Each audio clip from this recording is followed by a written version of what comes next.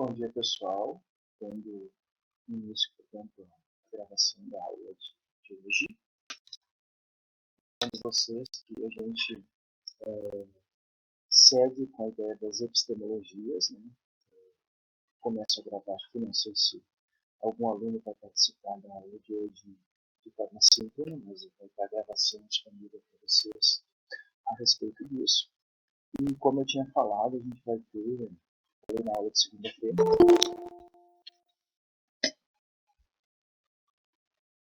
Tá, tudo bom, Vladimir?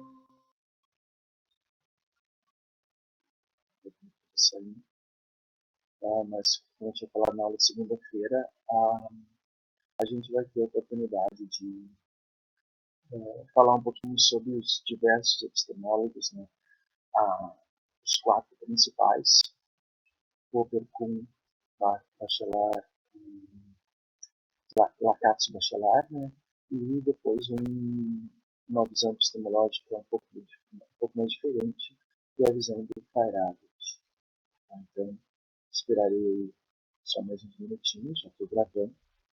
Lembrando sempre que essa questão aqui, eu vou apresentar a aula que foi feita pela professora Iramaia de Paulo, lá na UFMT, me baseando em muitas das coisas que já tem lá, uma vez que quando a gente trabalha com as epistemologias. Opa, tudo bom, Vladimir? Tudo bom. Tá. Eu já estava começando a gravação aqui, porque eu não sabia como é que ia ficar. Então, a gravação estava falando para a câmera, acho que eu não estou falando sozinho.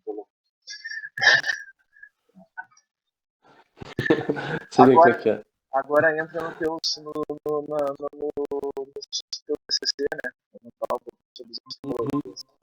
Tá? Então, Sim.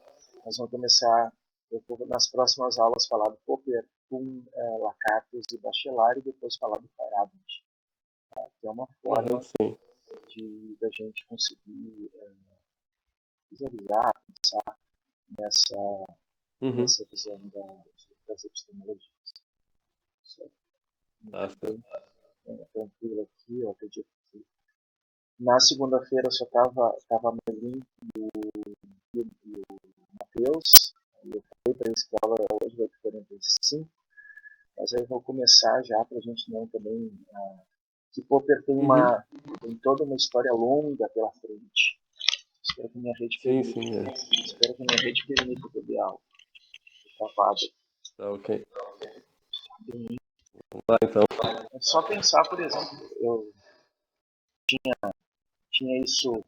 Ó, Pablo chegando também. Opa, Pablo, tudo bom? Bom dia, professor. Bom dia. Estava começando aí aos pouquinhos, né? Hoje a gente vai falar da epistemologia do Popper, que é os primeiros filósofos que vão discutir a progressão do conhecimento, a evolução do conhecimento, né?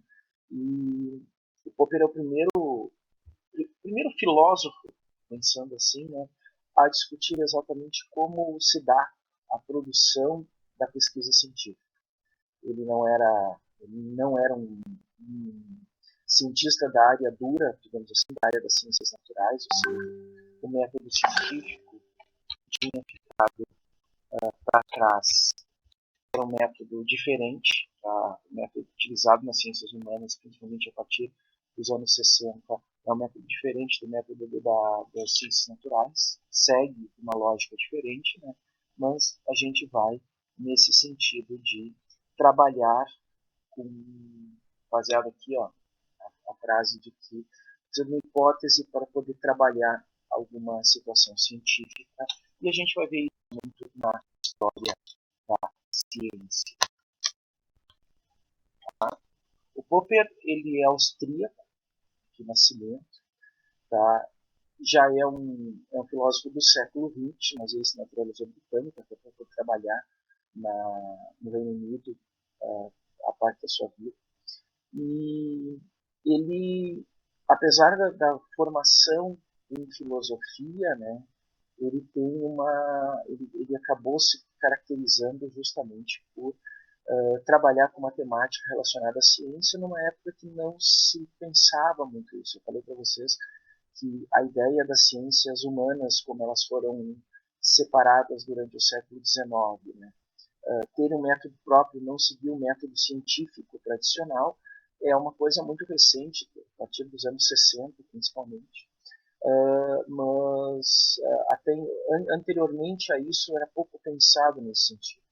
Vocês podem até procurar, às vezes, um termo chamado de física social, que era a ideia de aplicar os princípios da natureza, né, da física, para sistemas humanos e sistemas sociais, que é baseado no positivismo completo, no total positivismo do Comte. Então, o Popper ele traz essa primeira visão assim de tematizar, filosofar, entender, discutir a ciência, tá? Então, ele faz doutorado na filosofia, tá? E como ele morava na Áustria, né, quando teve a ascensão do nazismo na Áustria, em 1937, ele fugiu, tá? Foi para Nova Zelândia, se tornou professor de filosofia. E depois, no pós-guerra, ele veio da Nova Zelândia para a Inglaterra, aonde que foi trabalhar dentro da universidade, se não me engano é Oxford agora, mas eu acho que ele trabalhou em Oxford, né? Ele foi membro da Royal Society, né, e trabalhou muito nessa questão da filosofia a respeito do método científico. Só pensar, por exemplo, que no ano que ele se reforma, ou seja, no ano que ele se aposenta, em 69, estava na discussão do Congresso de Nice a respeito da adequação do método científico para trabalhar com ciências humanas e não somente um único método. Tá? Ele tem como obra principal, né, uma questão de além do conhecimento científico, da lógica do conhecimento científico, que é o grande livro da vida de Popper, né, que a gente usa muito. Ele também tem uma publicação muito forte a respeito contra o totalitarismo, que é o The Open Society, a Sociedade Aberta, tá? Que, digamos assim, discute princípios a respeito da democracia, principalmente no Ocidente, que era conhecido. Tá? O Bertrand Russell, depois, quando ele vai trabalhar com filosofia política, ele se refere muito ao Popper nesse sentido, né? De não somente o filósofo da ciência, como nós, da área das ciências, visualizamos o Popper, mas também como filósofo político. E a base, basicamente, era uma ideia de assimetria dos enunciados universais. Essa questão assim foi muito comum da gente trazer hoje em dia, né? O fato de que, por exemplo, uma quantidade muito grande de evidências positivas a respeito de uma tese ou de um enunciado que a gente está tomando como universal, geral, não permite que ele seja considerado como uma verdade absoluta, mas só precisa de uma única observação correta, negativa, que invalide completamente. Ou seja, apesar de tudo isso, tu tem um escopo muito grande de conhecimento. Bem-vindo, Matheus, bom dia. Tem um escopo muito grande de conhecimento, tá? Que não importa o quanto tu faça de experimentos para comprovar, tu tranquilo, Matheus, para comprovar essa tese que tu tem, se tu tiver um resultado negativo, essa tese se desmancha. Por incrível que pareça, isso é muito comum na ciência, né? Por isso que a gente usa tanto a palavra teoria, porque afinal de contas a teoria é algo que está sendo provado a cada momento que tu faz um teste a respeito dela. Né? Tu nunca assume isso como uma verdade incontestável. Verdades incontestáveis, elas fazem parte não da filosofia, mas do terreno teológico, vamos dizer assim, do terreno não da lógica terrena, não da lógica mundana, né? Que é o fato de ter dogmas e não verdades. Então, um exemplo são cisnes brancos, né? O que são cisnes brancos? É aquela ideia toda de que todos os cisnes são brancos. Não importa quantos cisnes tu observe na tua vida brancos, isso não vai comprovar que todos eles são brancos. Porque precisa apenas tu enxergar um que não seja branco, e não é questão de ele estar sujo, tá? Um cisne que tenha a penagem de outra cor, que invalida completamente essa afirmação. Essa era a simetria dos enunciados universais que o Popper traz para a ciência. Então, basicamente, o Popper ele coloca assim que não dá para a gente fundamentar ou assentar a evolução do conhecimento científico num método indutivo, tá?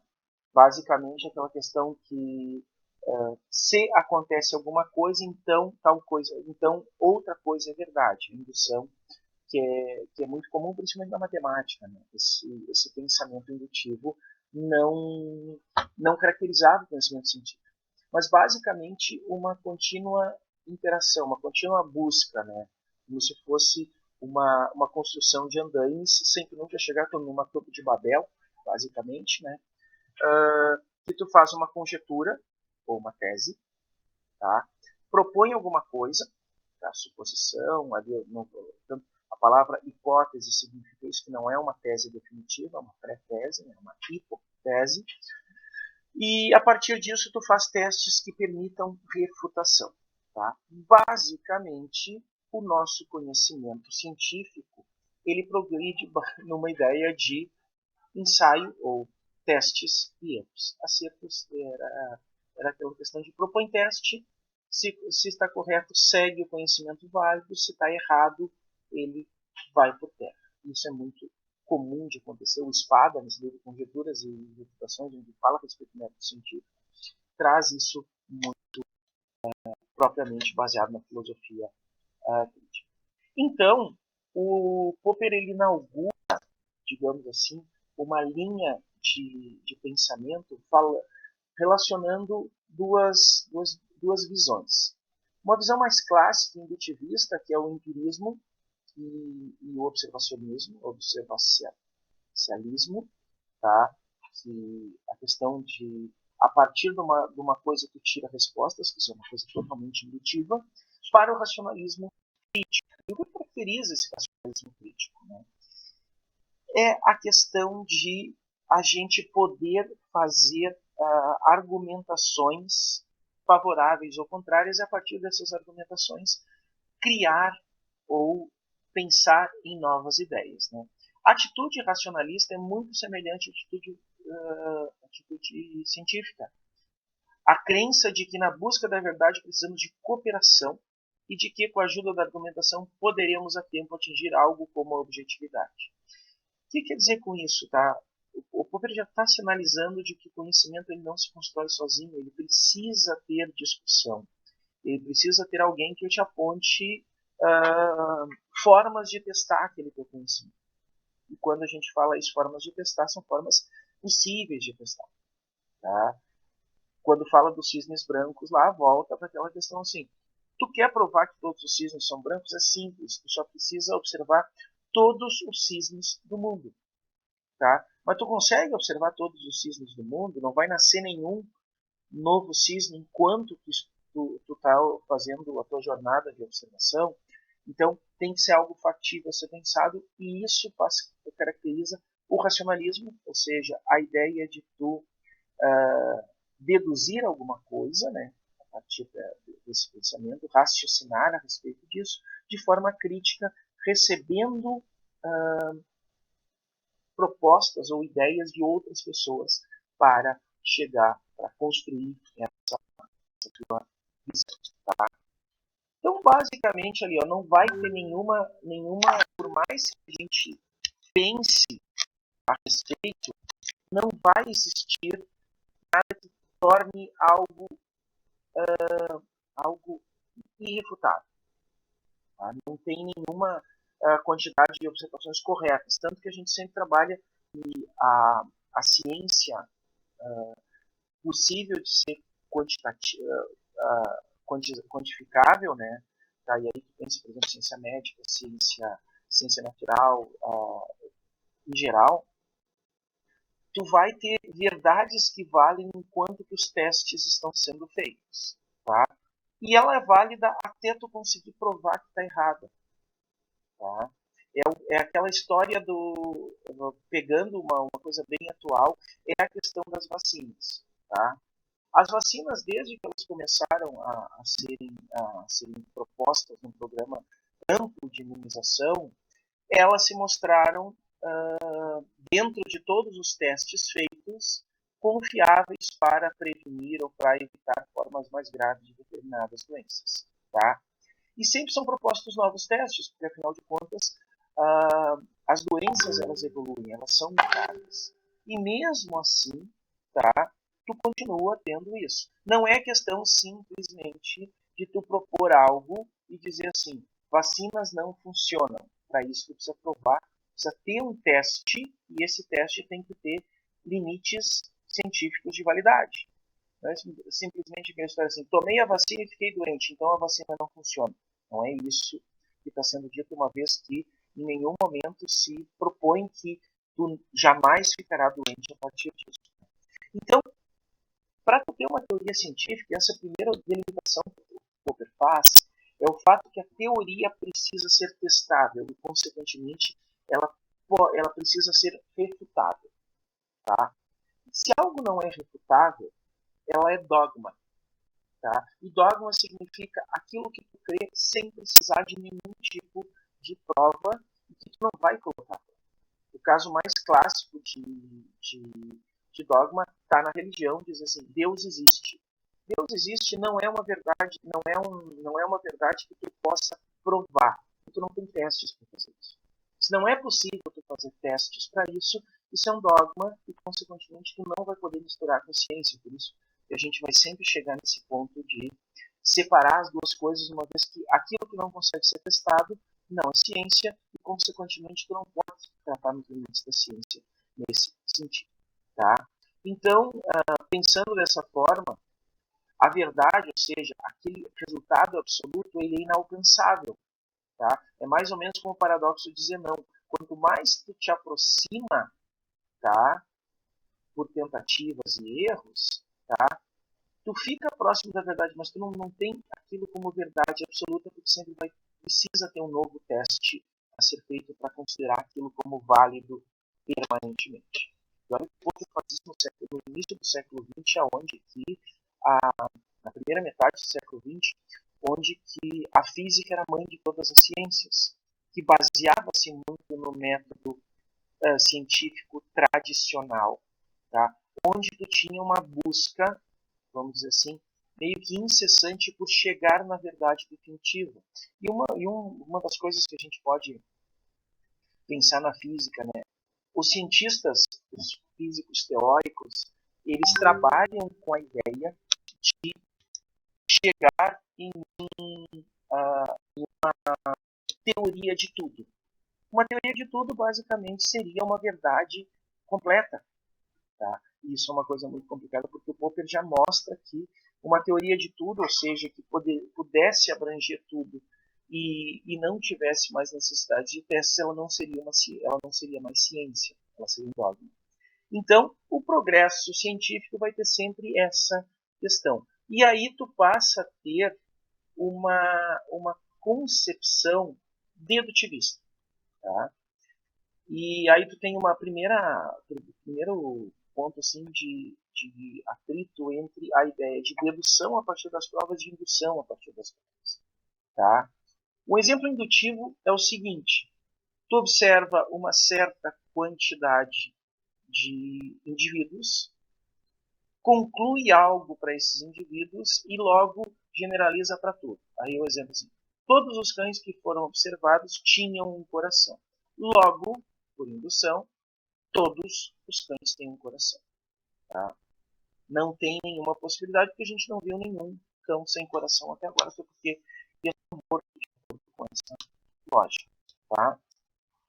Os argumentos indutivos desse tipo têm duas características. Tá? Se todas as premissas são verdadeiras, a conclusão é provavelmente verdadeira, mas não necessariamente verdadeira. Tá? Tá? Porque tu segue as premissas e tu conclui algo amplo sem possibilidade de ter observado tudo daqui. E a conclusão encerra a informação que não estava, nem mesmo de forma implícita, nas premissas. Tá? No caso dos cachorros, está lá no livro da Eva Marconi e da Lakatos, agora eu não lembro qual é o primeiro nome da Lakatos, que fala sobre metodologia científica. Ela traz uma discussão muito interessante sobre o método indutivo.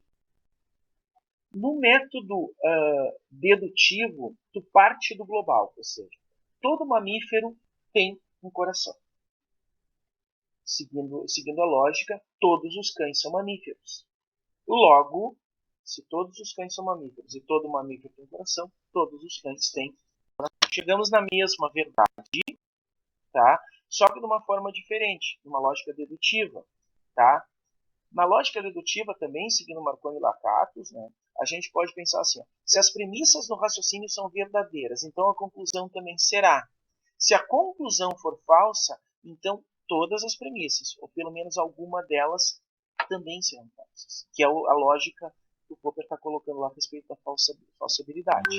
Então, tu chega numa verdade geral que pode ser falseada, e não o contrário lá a respeito de tu já assumir verdades a partir das premissas verdadeiras. E também, toda informação ou conteúdo que está na conclusão já estava, pelo menos implicitamente, nas premissas. Então, a gente tem duas concepções, né? No indutivismo, tu sai do singular para o universal, no dedutivismo, do universal para o singular. Para isso, no indutivismo, tu tem observação, generalização para assumir leis, confirmação das generalizações, levando a uma lógica indutivista.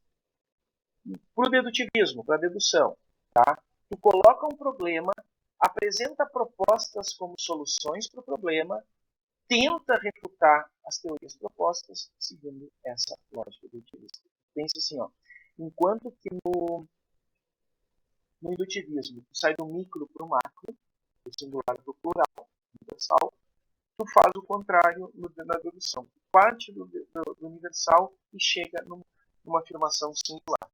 O que segue muito a lógica científica que a gente trabalha. A princípio, o método indutivo ele tem um salto de generalização, ou seja, tu parte de premissas verdadeiras para algo que não necessariamente vai ser verdadeiro, porque tu tem que colocar a prova, né?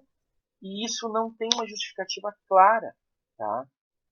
O Popper ele chama exatamente isso. Tu tem que dar uma possibilidade de falsear alguma coisa, tá? Então tu pode com isso, a partir da indução, e o Popper faz isso na lógica da pesquisa científica, né, perguntar se, falar a respeito de que tu pode derivar conclusões verdadeiras a partir de premissas falsas. Olha só. Todo metal conduz eletricidade. É uma premissa verdadeira. Grafite é um metal. É uma premissa falsa.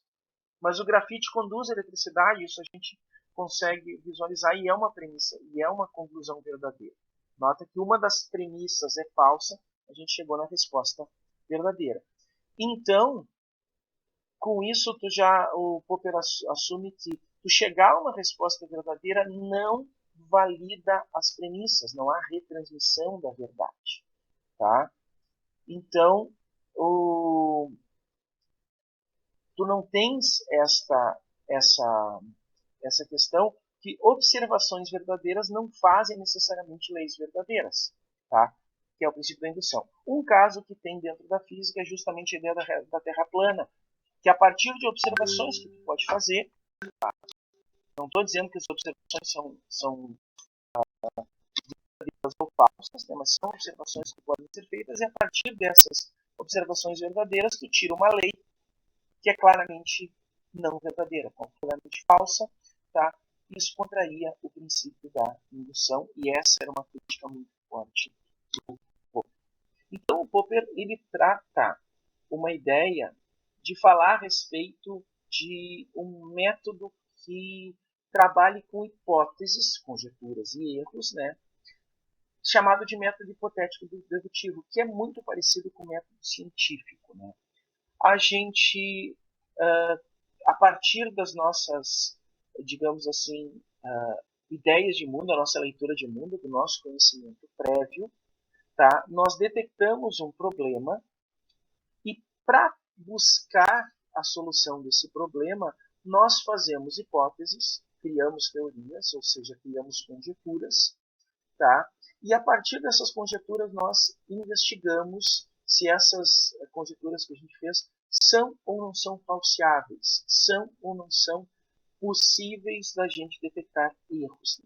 Então o falseamento entra como uma parte importante que mantém isso. Note que na flechinha das etapas ali não tem a solução do problema, mas sim a manutenção das conjecturas a partir disso. Conjectura, falseamento, novas conjecturas, novo falseamento, e por aí vai, até tu não conseguir, tá? Tu não ter nenhuma prova de falseamento clara que mantém aquilo como uma solução temporária, né? Mas uma solução científica clara para o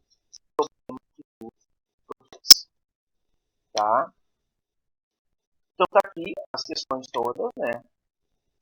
A ideia, como eu tinha falado, a respeito disso, que sempre a gente vai tentar refutar as nossas conjecturas. Parece estranho isso, né? Mas a ciência, em geral, ela vai trabalhar com isso. A partir de uma visão, para resolver o problema de uma ideia, para resolver o problema de uma hipótese, para resolver esse problema, nós buscamos funcionamento. Quando tu escreve um trabalho de mestrado ou um trabalho de doutorado, o trabalho de doutorado se chama tese justamente por isso, porque tu sai de uma hipótese, tu tem um problema a ser investigado, tu tem uma hipótese que é a tua conjectura de trabalho, e a partir dessa conjectura de trabalho tu cria uma metodologia, um método para falsear esta conjectura. Se tu, ao longo do teu trabalho de pesquisa, não conseguir falsear essa conjectura, tu mantém ela como uma tese que vai ser testada por outras pessoas depois, mas dentro do teu trabalho tu chegou àquele ponto. É claro que existe, por exemplo, aquela vontade ou não de falsear alguma coisa, mas a ideia do método hipotético dedutivo é esse que o Popper está lá. E para isso tu vai ter basicamente uma questão toda de observação, tá? Para buscar falseamento, e a partir dessa observação tu ter novas teorias ou novas conjecturas, tá? É possível então construir diversas coisas, pensando dentro de dois contextos a serem pensados, né? O contexto da justificação, tá? Aonde tu vai trabalhar de forma objetiva, buscando trabalhar com os valores que tu está chegando, né? Buscando confirmar isso, e o contexto da descoberta, que tem muito mais a ver com o histórico e algo que é mais subjetivo. O contexto que a gente vai trabalhar dentro da epistemologia, ou dessa visão de entender o conhecimento, é o contexto da justificação, uma vez que ele está trabalhando de forma objetiva. E a gente pode seguir uma lógica para discutir, trabalhar isso. Tá? A lógica científica, então, nesse ponto, vai ser sempre um processo de eliminação de erros. Os erros são aqueles assim, olha, nossa conjectura está sendo falhada, está sendo falseada, está sendo provada como errada, nós simplesmente eliminamos essa conjectura e seguimos com outras. E é basicamente um processo muito semelhante à evolução natural, à seleção natural da evolução natural, da evolução biológica. Seria mais ou menos assim, entre as conjecturas, a sobrevivência da mais adaptável, survival of the fittest, tá, das conjecturas. Então, as que melhores se adaptam, né, e aí pega exatamente essa última frase, é muito interessante, as teorias que sobrevivem ao processo de falseamento não são necessariamente mais verdadeiras que as outras, mas, digamos assim, elas se adaptam melhor à situação que a gente está observando, que a gente está trabalhando. E aí, para isso, tá, dentro dessa lógica, e o racionalismo crítico traz essa visão, né, é pensar, por exemplo, que tem que ter consistência lógica do pensamento e conformidade com os fatos. Isso é importante para o processo de falseamento. Tá? Alguns exemplos, tá, de, por exemplo, método indutivo, ou seja, indução. A partir do momento que tu pega uma amostra, tu generaliza. Tá? Retirando a amostra de um saco de arroz, observa-se que aproximadamente 80% dos grãos são do tipo extra fino. Tá? Não diz o tamanho do saco, se é de 1 quilo, se é de... e qual o tamanho da amostra, simplesmente diz isso.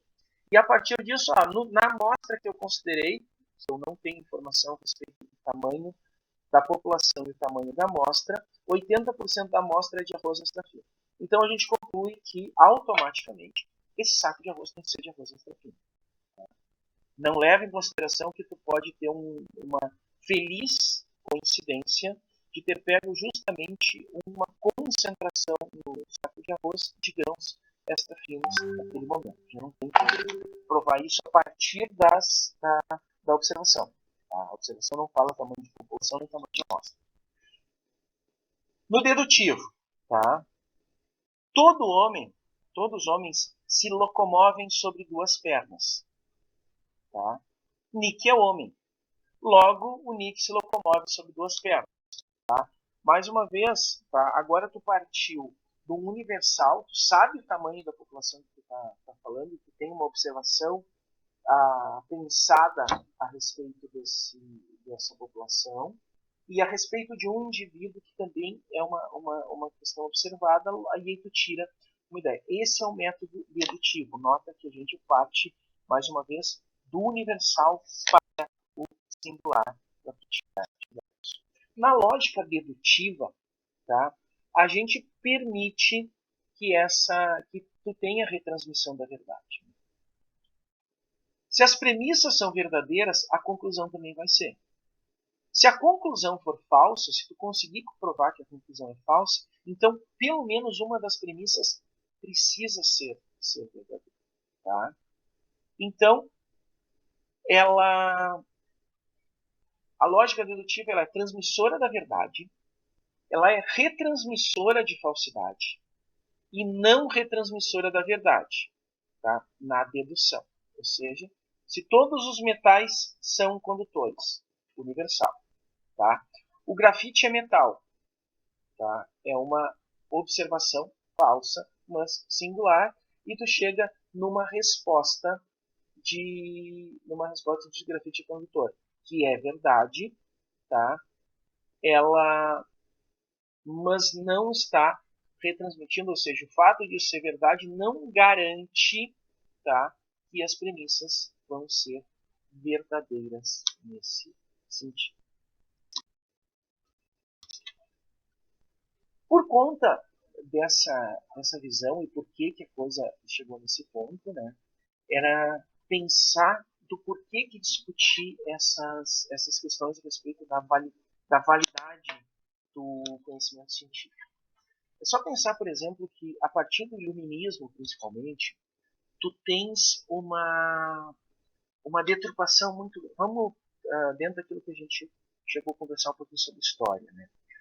A ciência, ela tem raízes, vamos dizer assim, as raízes mais profundas delas estão na Grécia, que a gente vai pensar, e durante toda a Idade Média, ou possivelmente sim, durante os primeiros 14, 15 séculos da era cristã, tá, a ciência ela é muito estudada e debatida dentro de instituições religiosas, dentro dos mosteiros, até porque era onde se tinha informação acadêmico, pensando assim, não, no caso não é acadêmico, não é formação tomista, mas era uma formação onde tu tinha acesso a livros, a papiros, né, a manuscritos, e aonde tu poderia ter acesso ao conhecimento dos antigos. A partir do iluminismo, e aí tu vai pensar, por exemplo, a partir da invenção da imprensa com Gutenberg, tá, no século XV, tu tem a possibilidade de mais gente ter acesso aos livros, e mais gente tem uma abertura desse campo de conhecimento dentro das universidades para pessoas não religiosas também serem professores e não religiosos também estudarem, E a partir do iluminismo, então, tu tem um grupo muito grande de pessoas, tá, que vai tornando a ciência cada vez mais laica, separada da igreja. Tá? Eu poderia rastrear isso que um dos grandes, por incrível que pareça, um dos grandes passos que levaram a ter essa separação laica é a reforma protestante de Martim Lutero, porque a partir daquilo ali, do Lutero Calvino, que a partir disso se questiona exatamente a autoridade papal e a autoridade da Igreja Católica. Isso abre caminho para várias vertentes, não necessariamente só religiosas, mas também para pensamentos que não estavam de acordo com a doutrina da Igreja para a época. Então se torna, nesse ponto, mas, ao mesmo tempo, após essa laicidade ser adquirida pelo iluminismo, tu começa a ter filósofos ou pensadores que vão dando um status quase de religião, quase de dogma para a ciência. E tu cria dogmas científicos. O positivismo é um caso muito clássico do dogma científico, né? Onde que tu dá uma supervalorização para o conhecimento científico, mesmo que ele não seja provado, mesmo que ele não seja falseado. E aí o Popper traz justamente essa visão de paradigma. Né? Olha, a gente tem que separar um pouco, porque senão a gente vai chegar num determinado momento aonde que a ciência vai ser a nova religião. E não estou dizendo que no século XXI agora a gente não tenha uma visão muito clara de ciência como uma nova religião. A ciência seria uma religião ateia, vamos pensar assim, do ponto de vista. Nesse novo paradigma, tá, uma ciência dedutiva ela vai ser demarcada da metafísica, ela vai ser separada desses aspectos dogmáticos. Os aspectos dogmáticos seguem dentro da metafísica, que, como a gente conversou lá no finalzinho do ano passado, era uma característica que o Aristóteles trazia dentro da ciência, né, que a gente tinha fatos que não conseguiam ser explicados ou falseados, e por conta disso a gente teria essa posição. Então, tu passa a ter mais uma vez uma possibilidade de separação a partir de critérios de simplicidade e clareza para identificar ciência e separar essas nidificações. Tá? Então, o Popper propõe a ideia de falsibilidade e falsificabilidade. Tem trauma essas coisas aqui, tá? Mas são as duas palavras.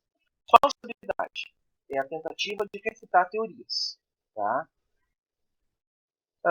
Então, essa é, digamos assim, a questão de ver na falsibilidade se uma teoria está certa ou está errada de acordo com aquele teste. Não é que ela é verdade ou não, certo ou errado de acordo com aquele teste. E a falsificabilidade, ou seja, a possibilidade de algo poder ser considerado, poder ser testado para erro, é a falsificabilidade, é o critério metodológico para considerar que alguma coisa é ciência ou não. Na verdade, o que o Popper diz é que a ciência verdadeira, ou a boa ciência, vamos pensar assim, ela precisa propor testes que possam ser refutados. Ela é mexida com teorias que vão nesse sentido. E é um critério que vai separar o científico do não científico. Tá? Então, a gente só vai ter essa possibilidade de falsear alguma coisa, né, de fazer o teste da falsificabilidade quando nós propomos testes. Se a gente propõe teste e nesse teste a gente reproduz algo que refuta a teoria, essa teoria é uma teoria falseável, porque propôs teste, e ela é falseada, ou seja, ela não se mantém como dominante dentro do espaço científico, uma vez que a ciência, os testes mostraram que ela estava errada. Isso não quer dizer que ela vai ser descartada de início. Ela vai ter uma nova sequência de testes, uma nova proposição de testes para se verificar se algo no teste original não induziu a erro. Tá? Então a gente vai ter situações muito claras. Uma situação que é bem interessante a respeito disso é a teoria de placas tectônicas de deriva continental, que ela foi considerada por muito tempo, por causa das hipóteses que ela propunha, como uma teoria não científica. Tá? Ela surgiu como um boom do momento e foi considerada por muito tempo como não científica porque as provas que se traziam não corroboravam as ideias da teoria, e depois ela foi propondo novas coisas e hoje ela tem status de teoria científica, uma vez que traz testes que seguiram sendo feitos e refizeram e revelaram que os testes anteriores, as propostas anteriores de falsificabilidade não eram propostas corretas. Tá? Então, falsificabilidade ela está diretamente ligada com a atitude crítica. Tá? Não quer dizer que isso mostra claramente que a gente não pode assumir o conhecimento científico como uma verdade absoluta e que a gente vai buscar a ideia de se aproximar da verdade sempre excluindo teorias que são falsificadas, teorias que foram falseadas ao longo do tempo.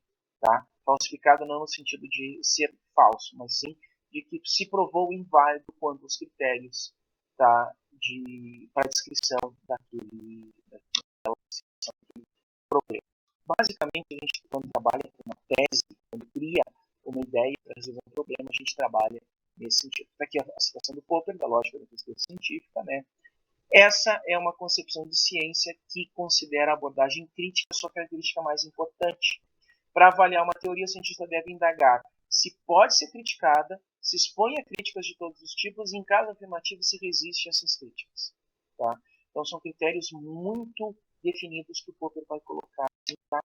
Digamos assim, separar, usando os termos física de metafísica, natureza de além da natureza. Tá? E aí tu tem algumas situações, né? A causalidade entra nessa discussão, tá? Que basicamente é aquela relação de causa e efeito a respeito de alguma coisa. Tu vai pensar uma explicação que, a partir das premissas e das observações, tu consegue explicar a situação. O princípio da causalidade, né? Ele permite a gente pensar que todo e qualquer efeito pode ser causamente explicado, tá? Do que ele pode ser dedutivamente, ou a partir da dedução, ele pode ser previsto. Ou seja, a causalidade nos permite fazer predições a respeito de determinada teoria. Tá? Não quer dizer, a gente tem condições iniciais, tem leis universais que vão permitir, e o Popper traz essa discussão para dentro da ciência, coisa que a gente começou a fazer principalmente a partir da década de 80, quando conseguiu explicar as observações e começou a, em cima da teoria, fazer evoluções a respeito disso. Não quer dizer que o Einstein não tenha proposto, por exemplo, buracos negros, e só foram descobertos quase 50 anos depois, tá?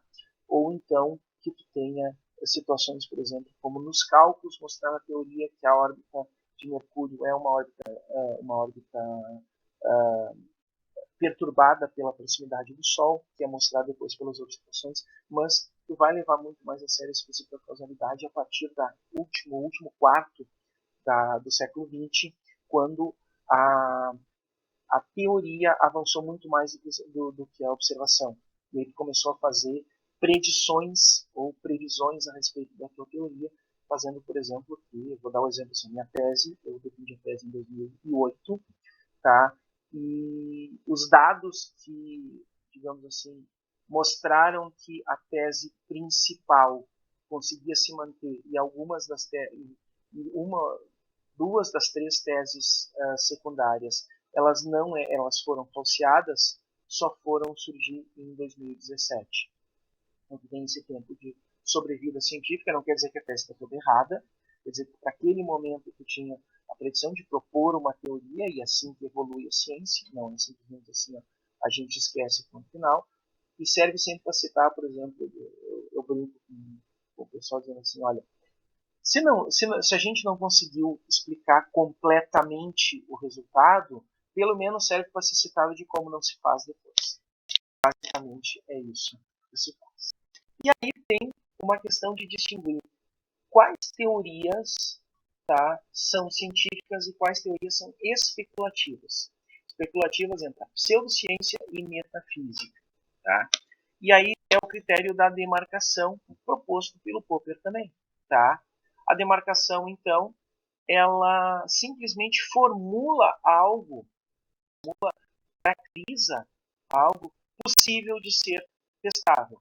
Quando aquilo não é testável, a gente simplesmente ou joga para o campo da metafísica. Metafísica é um termo bonito para dizer que é algo que nós não podemos testar e, consequentemente, é dogmático, mas que a gente não pode ou não deve tentar misturar a ciência nisso. E pseudociência quando se busca dar uma roupagem científica, Terra plana é um exemplo, tá? E o exemplo de metafísica ou ciência dogma, ou dogma vai estar dentro da religião e todos os campos da teologia, uma vez que eles são perguntas que a ciência não tem como se meter, não tem como a gente falar de nada a respeito disso. A demarcação é muito clara nesse sentido. E aí, a partir da demarcação, tu sabe muito bem o que tu pode e o que não pode fazer. A demarcação te permite, tá, separar a ciência de pseudociência, certamente. Tá? E aí tem nas questões, né, aqui falando a respeito do princípio da verificabilidade e da epistemologia do Popper. Tá? Na verificabilidade, ou seja, aquilo que eu digo que se algo é o indutivismo, que eu consigo enxergar a partir do que é verificável ser verdade, o princípio da verificabilidade justifica a verdade ou pelo menos a probabilidade das teorias. Na epistemologia popperiana, se coloca em risco a teoria cada vez que tu faz observação. Tá? As teorias científicas, no princípio da verificabilidade, elas são idealistas, elas buscam descrever uma situação ideal. E na epistemologia popperiana, elas buscam a realidade, mesmo que essas teorias acabem entrando em conflito para ver qual delas vai vencer. Na verificabilidade, tu nega completamente a metafísica, o critério da demarcação é o fato de ser verificável ou não. Para o Popper, não necessariamente tu nega a metafísica, tu simplesmente a coloca à parte na questão da demarcação, e o critério de demarcação é a falsificabilidade. Se algo não pode ser falseável, não é ciência.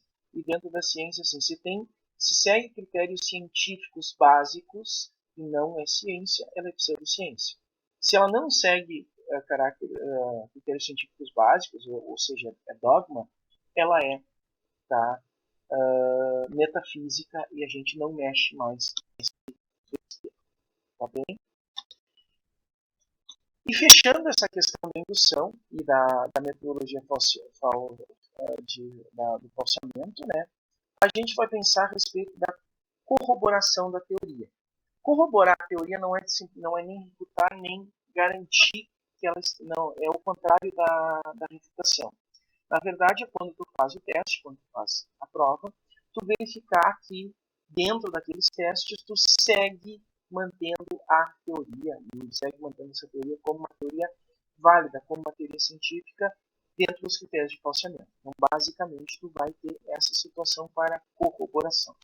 O viés de corroboração, portanto, vai acabar atrapalhando isso. Né?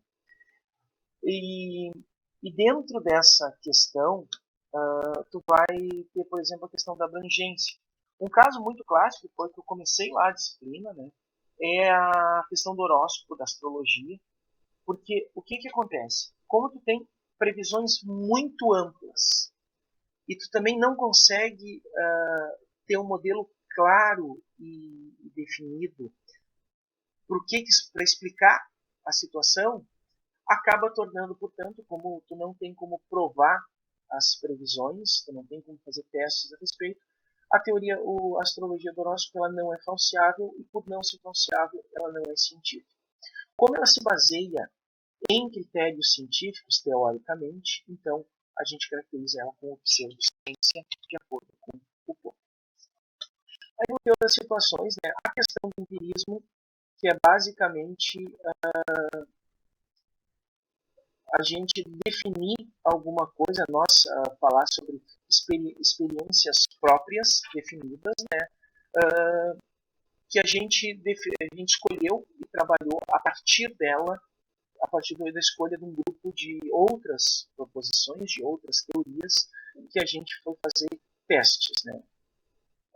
Ela pode ser falseada a partir das proposições, a partir da nossa experiência. Então, a gente parte do empirismo e não da ideia fundamental. Tá? Antes do Popper, a gente tinha conhecimento empírico que era basicamente centrado no subjetivismo, na pessoa. Depois, a partir da experiência, tá, que a gente está pensando, a experiência que foi projetada por nós, então, pensa da questão do empirismo, né, tá, a gente parte e coloca na premissa do falseamento a partir dessa experiência para manter esse conhecimento empírico previsto ou não. Os critérios que falar sobre clareza e simplicidade, o que é simplicidade? Tá? Simplicidade, tá, para vários filósofos, é como a ideia da euclidiana. Tá? Por quê? Porque pensa que a geometria na matemática, a geometria euclidiana é a geometria mais simples possível. Então, essa questão de nada pode ser mais simples é uma simplicidade euclidiana. Tá? Já para o Popper, né, alguns filósofos eles tinham a ideia de que simplicidade tinha estabilidade. Tá? E com isso, a gente chega na ideia, né, de pensar, o Popper então ele cria critérios, traça uma linha diferente, né, pensando, por exemplo, de que não existe verdade absoluta. Se não existe verdade absoluta, tá, é importante que a gente discuta cada vez que se tem uma teoria e teste cada uma das teorias. O Popper fala, inclusive, assim, nenhuma teoria científica é sacrossanta ou fora de crítica. Se ela tiver essas características, ela não é ciência. Tá? A teoria do conhecimento, portanto, vai ser pensada nisso, né? Tem um problema, uma tentativa de solução, que é uma hipótese, a crítica que permite que as hipóteses que são falseáveis elas sejam eliminadas e, a partir disso, uma definição do problema, uma nova formulação desse problema para a gente discutir. Tá? Então, a gente pode sintetizar isso dessa forma, falando que a respeito do método indutivo, né, que a concepção de conhecimento científico é descoberta num conjunto de dados empíricos, que é o método indutivo, é falsa. Tá? O Popper já é um dos primeiros a dizer que a ciência não é neutra, não existe observação neutra, e a mecânica quântica nos diz isso. Né? A mecânica quântica sempre, a observação sempre traz o subjetivismo do observador, ou a teoria do observador. É o caso clássico das teorias das ciências humanas, por exemplo, né, quando faz qualquer tipo de pesquisa, aonde tu entra com viés de corroboração para tua hipótese. Tu tem uma teoria, isso de forma muito clara. Tá? O conhecimento científico, portanto, tem esse objetivo de descrever a realidade, não idealizar alguma coisa, e as teorias científicas geradas por esse conhecimento, elas não são verdades absolutas, verdades verdadeiras. Elas são conjecturas, elas são provisórias, são sujeitas a erros, sujeitas a falseabilidade, sujeitas a reformulação. E o que a gente sempre vai comentar a respeito da epistemologia.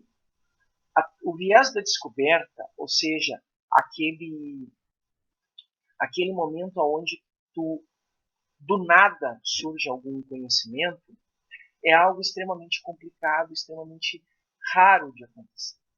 Tá? O conhecimento ele sempre surge de uma sequência de discussões e, consequentemente, da modificação do conhecimento anterior, porque a teoria anterior foi falseada. Tá? Pensando nisso, né, o ensino de ciências.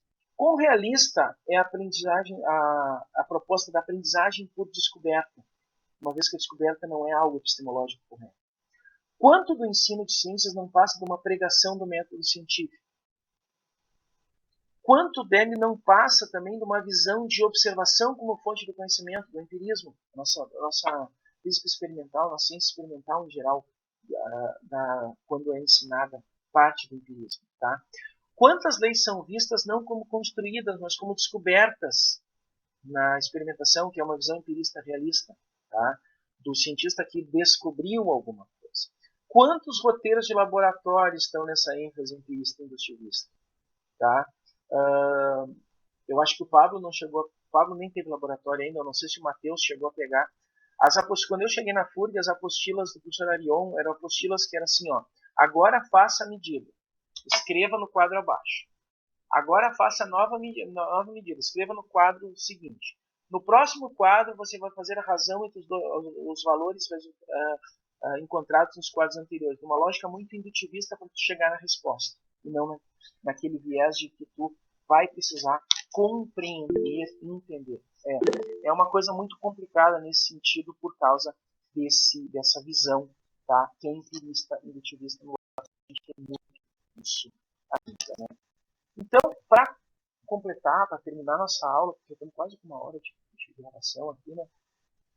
A gente pode dizer que o método crítico-racional consiste em deixar que nossas hipóteses morram, em vez de nós. Então, o Popper é muito claro nesse sentido.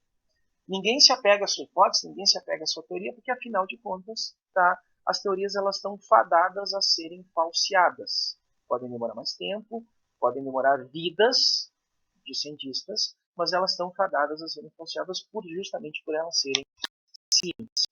Tá? Para completar, gente, eu estava lendo um livro, eu gosto muito desse debate, ciência e religião, que não é um debate, uma vez que ele tem uma simetria clara nesse sentido. Né? E uma das coisas, por exemplo, que o pessoal gosta de usar quando parte da religião, é que Santo Agostinho ele coloca aquela questão assim, quando algo está em contradição com a Bíblia, tá, e tem provas definitivas, a gente reinterpreta a Bíblia. Se não, a Bíblia é soberana.